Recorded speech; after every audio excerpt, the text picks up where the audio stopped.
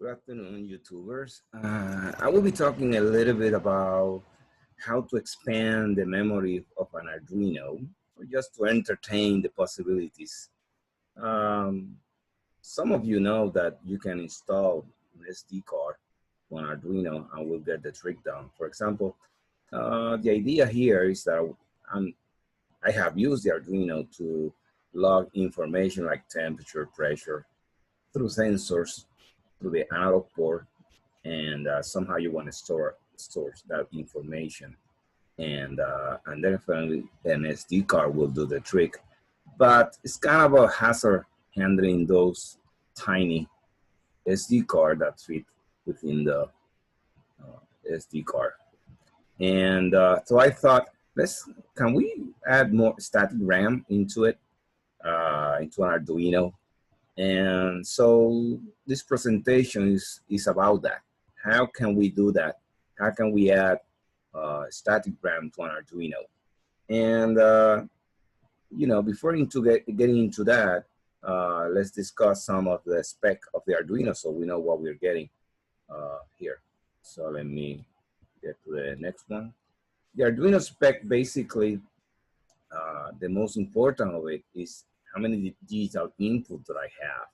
Right now I have 14, and these include the transmit and the receive ports here, the 0 and the 1. So out of 14, you really have basically 12 available. And so with 12, you have to do many things. And you might say, well, 12, that's a lot of pins available to do some controlling. But this is what's going to happen. If you want to use RAM, static RAM to expand your Arduino, you will notice that you will run out of pins very quickly. So let's think about it. Here's another picture of an Arduino input-output pins. Basically, these are the 14 pins right here from 0, which are related to the transmitter of receiving data, kind of serial data, up to pin 13 that are right here. And here I'm also showing the analog pins from A0 to A5. So that's what you got. That's what you have. And that's what we will be addressing. How can we expand the Arduino based on the limitation that we have in terms of pins? Remember, we are using the Arduino Uno. If you are using the Arduino Mega, then you don't have to deal with this issue. But this is so inexpensive that the idea is, can we add RAM memory, static RAM memory into it? That's the idea. So here is the issue. For example, here is the Arduino.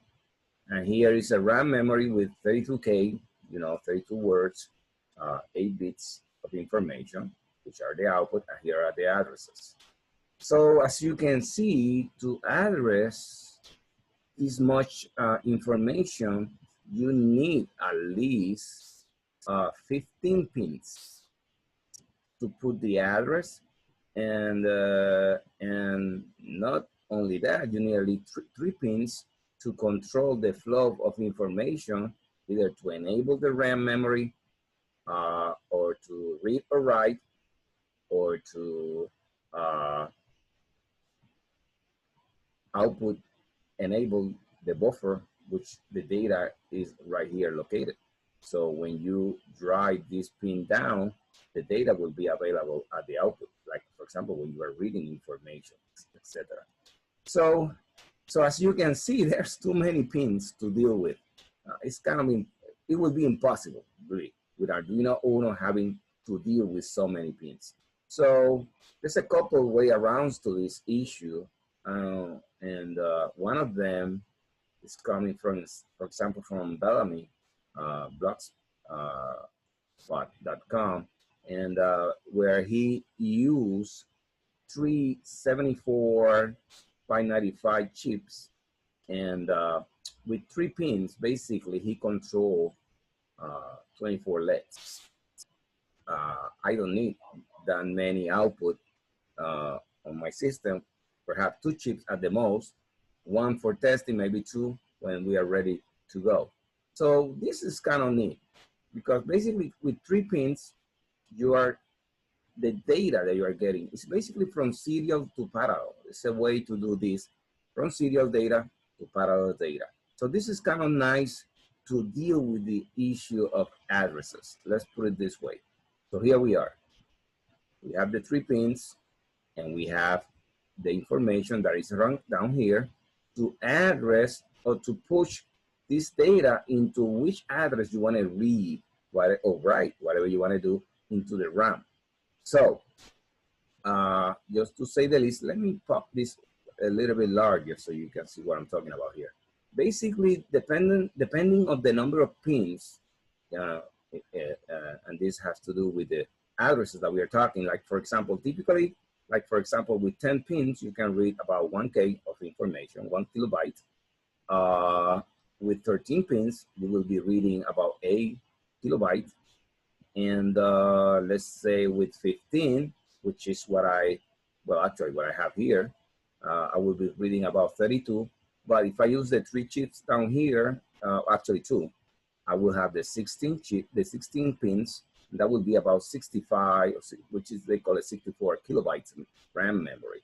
So only with 2. Now, if you are a third one, then you are in a big league altogether, because then with 24 pins, you can read about 16 meg of information. That's a lot of information, okay?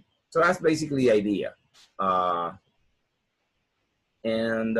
Basically there's no, I mean, in this picture, I'm showing only 3 type of this chip from serial to parallel. You can skip, you can still add more if you need to. But again, remember, there's one point here, which is this is system. In this system, you are changing from serial to parallel. So it takes some time to get that data out, and it will take another amount of time to get the data, to read that data. So timing is an issue here. I don't think that I will dare to pass above maybe somewhere between either 8 kilobytes, maybe 64 kilobytes. That's basically it, and that's kind of pushing this to these limits. So with that said, again, right now we have 6 controlling lines, 6 pins, and with those 6 pins, I can pretty much get the addresses, the issue with the addresses done. Now, what is left? What I do with the input-output data, with information, So that's, let's push the next slide. And there's a kind of, pretty neat stuff done by Kevin Durant, if I pronounce that name. He's a YouTuber, and his link to the work that he have done. And I kind of like this because basically you are taking these data, which are 8 bits, and this divide, the 74HC165, which is basically sort of like related to the 595, in the sense this is go from serial to parallel, and this go from parallel to serial out. So as it is shown here, I'm using 2 lines to control this chip and a 3rd line to get the information out. So I will say either between 3 and 4, because here the clock enable is pulled down, and so that might be okay, the way that you might want to work on this, but it might be that you need 1, 2, 3, 4 lines, to get the parallel information into serial so you can read it. But still it's okay. I mean, because when you add that you need 3 here, that's 6, and 4 here, that's 10. You still have plenty of pins within the Arduino to get this job done. So this strategy, I think will work. There's another strategy that I want to entertain, which is this one. How about the same setup with the same pin, the 595, to get the addresses out with the 3 signal, the latch, the clock, and see if I can see here a little bit more.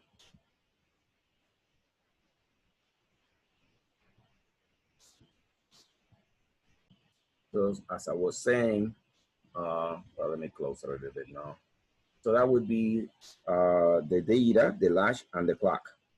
Okay, that's how it works. So you get this information into the addresses. And now let's see, let's get to another one. It's right here. That's what I was talking. So right here, it happened the same, but the question is what I do with the 8 bits.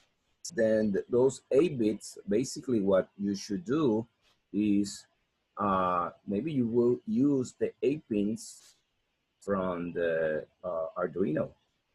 So, but that give, you know, that would be kind of you will get into trouble, because basically when you add 3 here, that's 6 times, then you are adding the other 8, that's 14, and that will not work, because the Arduino truly what it have is 12 pin available. So from the because 2 pins, 0 and 1, are used for communication. So that's, you have only 12 left. So to solve that problem, you probably have to use the analogs. At least 2 analogs have to be converted into digital pins. And that can be done. In fact, there are some people that have used the transmit and read pins as a digital input, but there is not pretty the solution on that. But this is easy. This is straightforward. So again, you have those 2 alternatives that you can either use all the pins within the Arduino, if that's possible, as one alternative, and the other one is just as I was saying, you can use another chip, which is the 74165, that will convert parallel data into serial data out. And that's, I would say, the 2 techniques that you might use, sort of to expand the issue with the number of pins available in the Arduino, which are only 14, but 2 are used for something else. So that kind of leave you with only 12 pins to deal with all this. So let me talk a little bit more about how the 74 AC595 really do this trick. I'm showing here a schematic and eventually a circuit that I will be building around the 74595, and how I can push data, which is serial, into a parallel mode as shown here. Basically, as I said, it used 3 control lines, and one of those, like the 3 pins, 11, 12, and 14. The pin 11 is clock data, how you clock it in to the system. 14 is the data input, either 0 or a 1, and the data input pin number 14, which is the first one here, shown as a button, and pin 12, which basically is the one in the middle, is shown as the output register. So this is how this unit works. You present the data through pin 14, and you clock the data in. That's pin 11. So you keep clocking the data until you get the 8 register, because this is basically a shift register. You get all that serial information with all the output right here. It's not shown here yet, but it's within the register of the 595. As soon as you press the output register, which is pin 12, which is this one, the data that you kind of passed into the register will be shown at the output. And that's how it works. Let's say anything else. I don't think that I have to say anything more into this, except that I kind of built a little TinkerCad simulator just to show how really the 595 work. So here we are in the simulator. This is from TinkerCad, simulation of electronic circuits. It's kind of nice. Simulator has pretty much good amount of digital stuff that will allow me, for example, to do this simulation pretty straightforward. So basically, the chip, let me expand this a little bit. That's the 74AC595, the chip register that we talk about it. And originally, I thought only to have that chip for the simulation, but all of a suddenly you end up, you know, inserting more stuff into it. Like, for example, I never thought to add LEDs at one point in time, but the only way to know, you know, for sure what the 595 is doing is to have some LEDs. And then after a while, you know, using the clock on the system, I end up saying, it was kind of hard to follow the clock and follow what's the logic of what is really happening here. So with that said, I end up adding a binary counter. So every time I clock this push button, I have an idea of where I am in terms of the number of clocks that I have done so far. So again, I end up being kind of crappy the way it looks like, but that's, you know, that's how it looks. That's the way it is. Like a good friend that I have said, that's the way that the cookie crumble. Oh well. So the idea is this. If I'm in a simulator, let me reduce this a little bit more so you know what I'm doing. Like, for example, let's start the simulation and let's do it. And let's see what happens. I'm right now doing the simulation so I can really toggle the data. Like, for example, this switch is for data. It's right here, it says data. So that's the data that I want to pass into the register. So for example, you see, the way I toggle, this one has a resistor.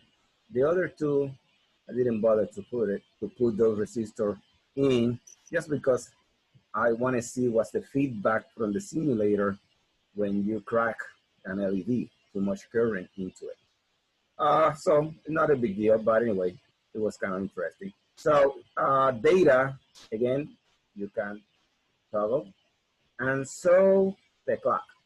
So whatever data is here, when you push the clock, the push button, it will be passed into the register. It is not until you press the output push button that you eventually get the buffer from the register out, and you will turn the LEDs accordingly. For example, let's do a quick experiment. Let's pass 11001101, that's a binary number, and this left side is the most significant digit, and this is the less significant digit. So let's turn the data on, and let's pass 1 1. So you clock it. Sometimes the simulator, either you miss the push button, you have to be well aligned, and that was a problem. That was another thing that kind of triggered me to add the binary counter, just to know what I'm doing. Right now, I have done nothing. I have not used the clock, although I hit it again, nothing happened. Put it right in the middle, nothing. That's 3. There we go. It was the last. I mean, when I hit it the 4th time, now it works. It's okay. I don't mind. I know what's happening. So in other words, I already clocked 1 out of 8. I have to clock 8 times just to get the buffer, all the data in, and eventually hit the output to get those the buffer out into the LED. So I hit the 1. Let's do it again. 1. So it's on. Clock it again. Let's try if I can aim right at the middle. It's kind of hard. I mean, Not a good mouse I have. Here we go. So that's number 2. The binary is telling me the truth, and that's what I need to look at. So how about 0, 0? So now we need to shut this off and not clock it twice. No, we didn't work that one. Here we go. One more. There we go. And that's 4. Excellent. That's 2 to the 2, 2 to the 0 is off, 0, 2 to the 1 is off, 0, 2 to the 2, that's 4. So the register, I already have 1100 within the register of the 595. Excellent. So I only need to add the 1101 and we're done. So on this one on, clock. Let's see if it works. No, I'm still on 4. I have to light this one here to get the 5. Excellent. So let's aim on that one. There we go. That's 5. Now, how about the 6? It's on 2. So hit it again. Let's see. The 6 will be this light has to come on. So that will be 2 to the 4, 2 to the 1. That's 6. Hit it. Let's hit it right in the center. There we go. That's 6. So I only have the 0 and the 1 to pass into the register. Let's do that. So let's see, 0, shut this off, and now clock it. There we go. That's 7, and the last bit, again, let's, that's a 1. Let's turn this one on, and let's clock that last one. Excellent. And that's bit number 8 on the binary counter. So it means that I have all 8 registers with the data that is showing on this binary number. So I only need to hit output to get that the way we want it. There we go. That was easy. So now we got 1, 1, right here, 1, 1. 0, 0, 0, 0, and 1, 1, yes, 1, 1, and 0, 1. Excellent. We did that one perfect. Let's do another one. I can certainly keep going, but I'd rather reset the binary counter. I mean, this binary counter will get to 15, but you know, since I only have 8 register here, so I'd rather count to 8. So let's reset that counter. See, the lights off. Now we can start back again. Let's say we want to pass this binary number. So it's 1, 0. So 1 is okay, it's on. Now we clock. It worked. There we go. I got the 1. How about the 0? Turn this off. Did I tell you that I switched this to, actually, it was used to be a push button. I said, no way. Can you handle a push button? It's cumbersome enough with these two here. So I switched this, I put here a switch. It's easy. Keep it the way it is. So as I was talking to you, I kind of lost where am I with respect to the binary number. So I take a look here. Oh, number 1. It means that I have to pass this number, which is a 0. So it's off. I clock. There we go. Now I got 2. How about 3? It's on. Turn it on. Now clock. No, it never accepted. There we go. That's a 3. Excellent. How about the 0? Turn this off. And now let's clock. Excellent. That's clock. How about this one here? Turn this on. Clock. There we go. 0. Turn this down. Clock. There we go. 2 more to go. These 2. So that is on. That's easy. Let this on. And now clock. Never accepted. Clock. There we go. Accepted. 7. So 1 more. This light will go off and this will go on. Excellent. So how about the last one? Is 1. It's on. Clock. Nope. Excellent. Here we go. Now I got the 8 register in. It's just I need to press output to get the data within the buffer out. Let's do it. There we go. So I got a 1, a 0, a 1, a 0, a 0, and then a 1, yes, a 0, and 1, 1. So here, 1, 1. Excellent. So again, what you are seeing right now is how the 595 with three control lines, I can get, you know, all this information out, which eventually will be the addresses for the RAM memory. So I can have another one of these here. So I can have eventually 16 addresses. So the binary number will be 16 bits of information that need to be passed into the register. Anyway, I thought to add that, but I said, I'd rather not at this point, but I could do that, certainly will. And I also have another chip down here, which is 7 LED, one of those decoder. It's a 4511. Let me open them up again. The 7-segment decoder. Yeah, you know, old school. But it's good. Get the job done. And instead of reading binary number here, I will be reading nice numbers from 1 to 8. That would be great. Oh, that's an addition for this. So now I'm back. Somehow I got changed here. So again, I might add again a 7-segment decoder. That would be great, but not now. So going back, here we are, pretty much getting the last binary number that I have here, which is pretty much straightforward. 1111 0000. Reset this one. Didn't work, that one. There we go. Now we got it. So 111 means clock 4 times. 1, 2, 2, 3, 4. That will work. Perfect. So that means that this data, which was 111, is already in the register here. Next, let's pass the zeros. So shut this off. And now let's clock 4 times. 1, 2, 3, and 4. Yep, excellent. Here is the number 4 for 8 counts. So if I press output, the buffer information will come out here. So it should be 1111, eventually 0000. Let's see if that's correct. There we go. I got 11110000. So that's basically it. Very straightforward, just to mess around with the 74 595 chip register. Taking a look at the pins, let's see what we got here. Power, no problem there. Output 1, that goes to a LED. What is this?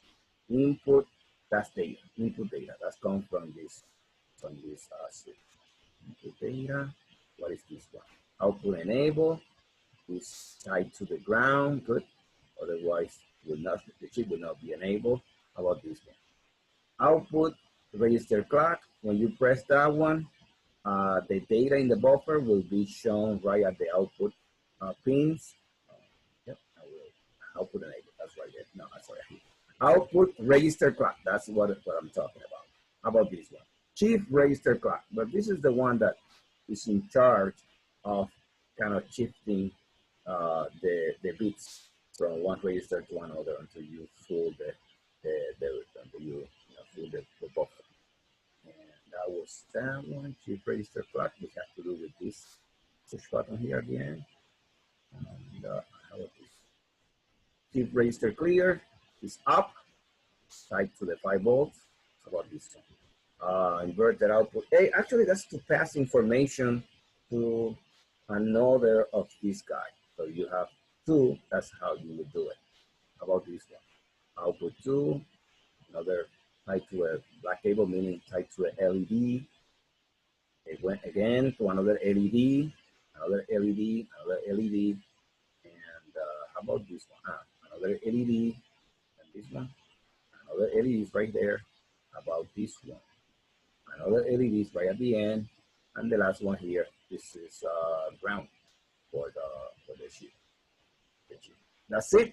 Nothing more into it. Let's reuse this a little bit, and let's move to perhaps to the binary if somebody want to see it. And that's basically it. The blue cable, actually, sorry to do this. I hate to open and close this, so don't get all crazy. That blue cable is every time you clock, that clock arrives to the binary counter. So anytime you hit this one, you get that signal right here. So that's how the binary counter will restrict to that cable. So in the meantime, it's tied to ground, but every time you clock it, go up and then down. So that's how it works. Clock here, then no, nothing there about this one. That's the less significant bit on the binary counter. About this one, most significant. All right. Ground, yep, right here. Another bit in the middle, another bit of the middle, in the middle, about this one. Clock one, actually, let's see if I got something there. See, that goes here, here, here, here, here. If I remember right, yeah, that's also part of the binary counter because this is kind of data, but I need to force this information. I mean, the information that is here need to be passed through through this pin. Every time this pin will clock 0, 1, 0, 1, 0, 1, and that will pass. I will force the counter as well to clock at the same time. So it's important to have that. I'm using that with pin with the output with the less significant bit. That's how I'm doing that. How about these two? These two, reset 1, reset 2, they're tied together and they're actually into ground, and it's only through the push button that I kind of raise it up to 5 volt and then drop it again. And that's how I reset this guy. And eventually, but not now, this is the 7th segment decoder. I'm not gonna use it for the time being. So can you wait for a second here? So as you saw, I kind of tested the 595, at least one of them. In the future, I plan to put both of them to at least address 16 digits, I mean 16 bits of information for the RAM addresses. The part that might be a little bit cumbersome is to ensure that the output is properly handled through the control lines here. If I screw it up, something will burn out. Because I mean, this output enabled is dangerous. When you output that, means that the information here will write anything else. Now, if you are using the pin from the Arduino to write something else, they will crash. I mean, you will have kind of a contention between the RAM and the pin. So that's something, you know, to be aware that you are properly handling the control pin, reading the literature of the RAM that you are using, just to ensure that you do that in order. With that said, that's it. That's enough, folks. I really appreciate you taking the time with me here to study this a little bit further. That's it. Have a good afternoon. Bye.